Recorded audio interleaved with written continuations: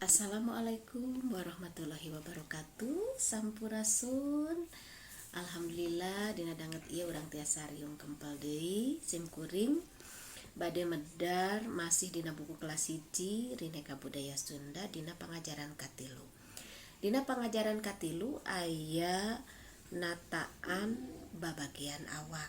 Nah, supados langkung antepna ieu nataan babagian awak teh urang pedar dina wanda pupuh anu rumpaka pupuhna aya babagian awak sapertos damis, sapertos lambei, soca, baham, waos sareng anu sanesna. Kanggo langkung antebna sumangga ieu pupuh balebak urang tembangkeun.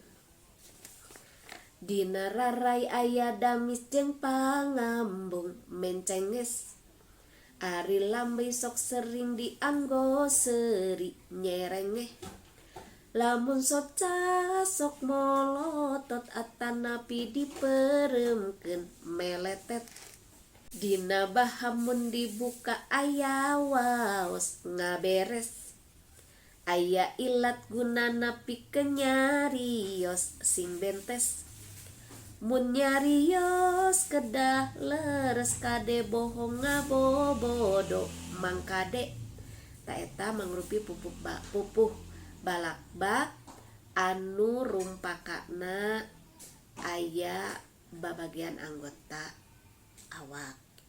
Kanggo langkung antepna panginten ibu guru maca heula sajajar diturutan kumurang kalih lajeng ditembangkeun sajajar oge diturutan kumurang kalih lajeng ditembangkeun ti kawit dugikeun ka pada lisan akhir.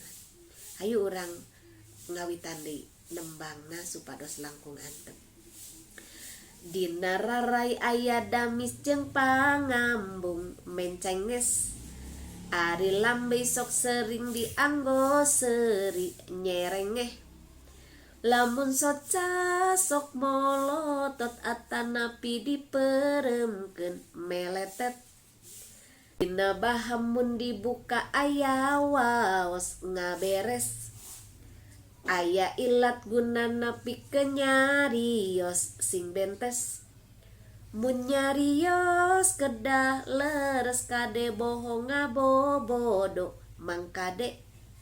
Rupina sakitu pedaran dina pangajaran 3 nataan babagian awak anu dibeungkeut ku pupuh balakbak. Cak wilujeng tepang deui dina sanes waktos. Assalamualaikum warahmatullahi wabarakatuh.